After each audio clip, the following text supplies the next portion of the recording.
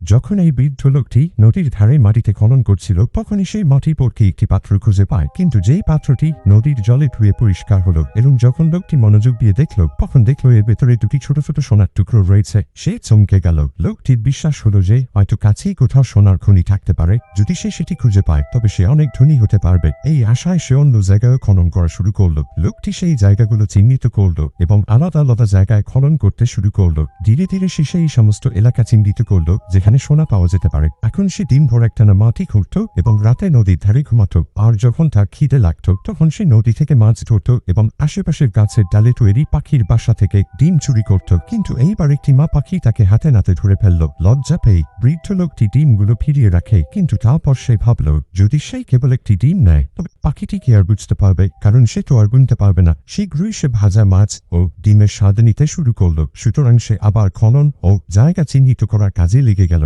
এবং